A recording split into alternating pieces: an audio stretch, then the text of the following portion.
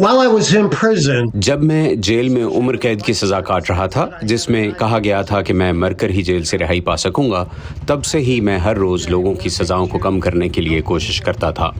امریکہ میں گانجے کے استعمال کے بارے میں قانون سے متعلق بحث و مباحثہ ایک عرصے سے چلا آ رہا ہے، لیکن گزشتہ کچھ عرصے میں نیشنل کینیبس فیسٹیول کے انعقاد کی وجہ سے اس بحث کو مرکزی حیثیت حاصل ہو گئی ہے۔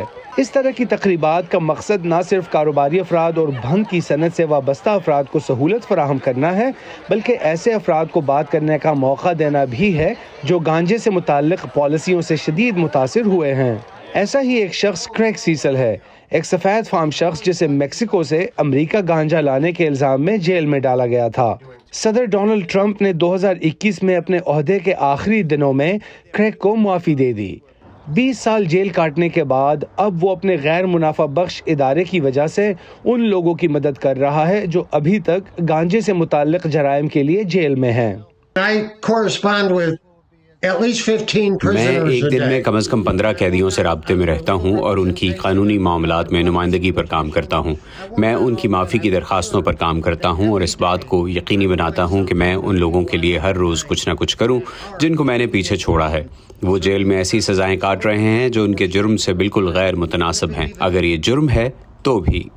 کریگ کے بقول ان کی کہانی اس بات کی عکاس ہے کہ کس طرح سال ہر سال سے امریکہ میں موجود پالیسیوں نے تمام نسلوں اور پس منظر کے لوگوں کو متاثر کیا ہے۔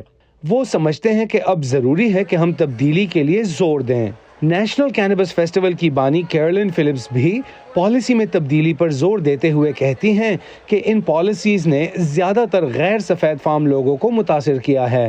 In the United States, امریکہ میں غیر سفید فام لوگوں کو بھنگ کے الزام میں گرفتار کرنا سفید فاموں کے مقابلے میں 4 گنا زیادہ ہے۔ منشیات کے خلاف جنگ کئی دہائیوں تک غیر سفید فام لوگوں کے خلاف ہتھیار کے طور پر استعمال کی گئی تھی، کیونکہ یا تو پولیس کو شبہ ہوتا ہے کہ شاید انہیں کسی چیز کی بو آ رہی ہے، یا پھر صرف سڑک پر چلنے پر ان کی تلاشی دی جاتی ہے۔ اگر آپ اس صورتحال سے بھنگ نکال دیں تو ہم کمیونٹی تشکیل دے سکتے ہیں جس میں انصاف ہو۔ انہوں نے ہمیں بند کیا ہے، ہم سے ہماری تمام چرس لے لی ہے اور ہمیں اپنے خاندانوں کی کفالت نہیں کرنے دی، اور اب وہ قانون کو تبدیل کرنا چاہتے ہیں۔ وہ یہاں یہ کہہ رہے ہیں کہ صرف ہم سے اور بھنگ کی ڈسپینسریوں سے چرس خریدیں، اور ہمیں ایک بار پھر اس صنعت سے باہر نکال رہے ہیں۔ وہ برسوں سے ایسا کر رہے ہیں اور اب بھی یہی کر رہے ہیں۔ راب کا کہنا ہے کہ صنعت میں مساوات کے لیے جدوجہد جاری ہے اور ان مسائل کے بارے میں بات کرنا پہلے سے زیادہ اہم ہے۔ اکتوبر 2022 کے پیو ریسرچ سروے کے مطابق 10 میں سے 9 امریکی شہریوں کا کہنا ہے کہ گانجے کو طبی یا تفریحی استعمال کے لیے قانونی حیثیت ملنی چاہیے۔ اگرچہ کچھ لوگ گانجے کو قانونی حیثیت دینے کے حامی ہیں، کئی لوگ صحت عامہ کے خدشات اور اس کے زیادہ نشہ آور ہونے اور منشیات کے عام ہونے کے خوف سے اس کی مخالفت کرتے ہیں۔ Imran Jadoon, Voice of America, Washington D C.